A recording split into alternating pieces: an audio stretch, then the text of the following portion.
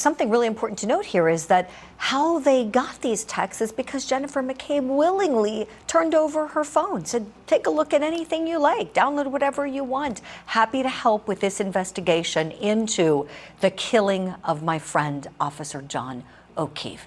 So is Alan Jackson making any headway on this cross so far? Let's bring in our legal analyst guest this hour. I'm so pleased to have in the studio with me someone who I've admired his analysis for many years on Court TV, but never had the pleasure of having him on my show. Attorney Michael Jaafar in the studio. Welcome.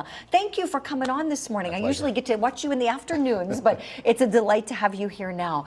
So in your opinion, you've got a lot of experience, Michael, doing criminal defense work. So looking at this and looking what Alan Jackson's doing, give us your assessment, please, of whether this has accomplished anything for the defense on the cross. I don't, but I know what he's doing. They teach us in trial advocacy class when we're younger, right? If you have the law on your side, you argue the law. If you have the facts on your side, you argue the facts. If you have nothing, you just plain argue, right? So he's just plain arguing. At the end of the day, he's actually taking back, like he's taking some back roads with this case.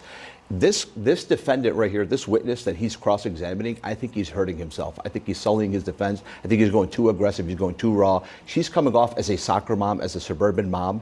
I think the jury every trial attorney knows their customer, right? I think that Alan Jackson thinks he's a little bit too confident that the jury in this case is going to be buying into the whole conspiracy hoax. I think he's trying to he's going too hard to create inconsistencies, right?